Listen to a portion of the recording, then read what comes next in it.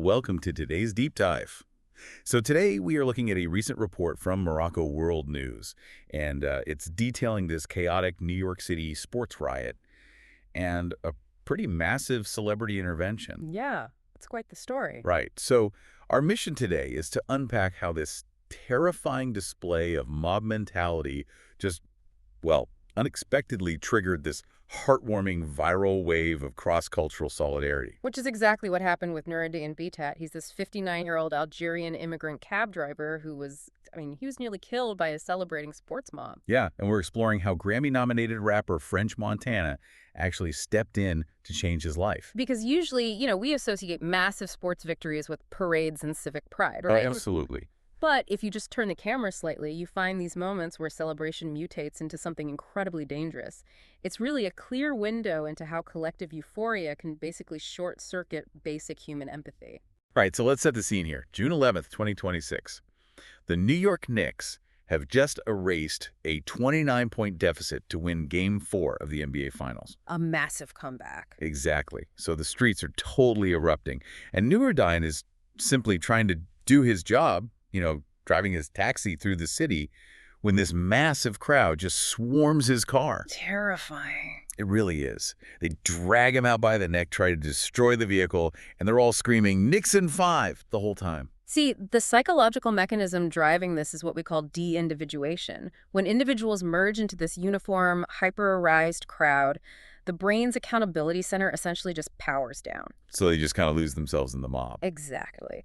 The group's identity supersedes personal morality. These fans aren't destroying things out of anger. The sheer overwhelming adrenaline of the win just demands an outlet. Right. And the anonymity of the crowd provides cover to act destructively without any consequence. It's almost like the crowd acts as an emotional invisibility cloak. You slip it on, and suddenly you're just a pixel in this giant moving image of victory, totally oblivious to the collateral damage. That is a great analogy. And the tragic absurdity of it all really hits home with a quote from Nuruddin himself. He later said, "I don't even know what the Knicks is." Wow. That quote really strips away the romance of the sports victory, doesn't it? We see these monumental cultural events as unifying, but for the invisible workers keeping the city running. Yeah, people just trying to feed their families. Exactly. For them, these events often just represent an unpredictable hazard. The mob didn't see a human being, they just saw an obstacle to their adrenaline spike. And typically, that's where the story ends. The crowd disperses, and the bystander is left to pick up the pieces alone. But the footage of this attack went viral, catching the attention of French Montana. Right, and this is where the shared background is crucial. French Montana actually immigrated to the U.S. from Morocco when he was 13 years old. Okay, wow. So the connection he made to this video wasn't abstract at all. When his family settled in New York, his own father drove a taxi to survive. Okay, wait, I have to stop you there for a second, because my cynical brain immediately flags this as, well, a classic celebrity PR move. I get that. Right, like we see this constantly.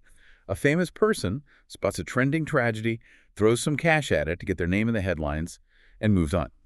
Why should we view this as anything more than just opportunistic brand management? Well, if you look at the anatomy of the response, it's quite different. If it were just about PR, writing a quick check and posting a screenshot is by far the easiest route. That's true. But instead, Montana engaged in strategic coalition building. He actually partnered with the New York Taxi Workers Alliance and YouTuber Zachary Daraniowski to launch a targeted GoFundMe. Oh, so he didn't just do it alone. No, by organizing that network, they mobilized everyday donors to raise more than $75,000 from over 2,000 people in just a matter of days. That is incredible. It is. He leveraged his platform not just to donate, but to construct a structural financial safety net. Well, that completely flips the script. Yeah. It wasn't a transaction, it was an intervention.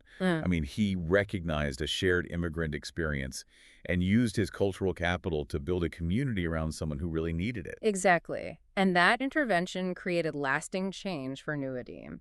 The attack, unfortunately, left him too traumatized to ever drive a taxi again. I can only imagine. Yeah, but because this coalition stepped in, and with Montana committing to cover his living expenses for an entire year, Nuruddin has the breathing room to figure out his next move. That's amazing. He even mentioned feeling like he finally has another family in the U.S. It really makes you look differently at the gig workers around you. Mm. You know, the people delivering your food, driving your cars, working the graveyard shifts. They are the invisible infrastructure making the world go around. Absolutely. Nuruddin's terrifying encounter ended up revealing this massive support system he never knew existed. And the transformation from complete isolation to feeling embraced by a new community is just profound. It really is. Okay. It leaves you wondering, though, if it took a viral recorded mob attack for this vulnerable cab driver to find a supportive community and financial security, well, how many other quiet struggles are happening to the invisible workers around you right now, simply because no one was there to hit record on their phone?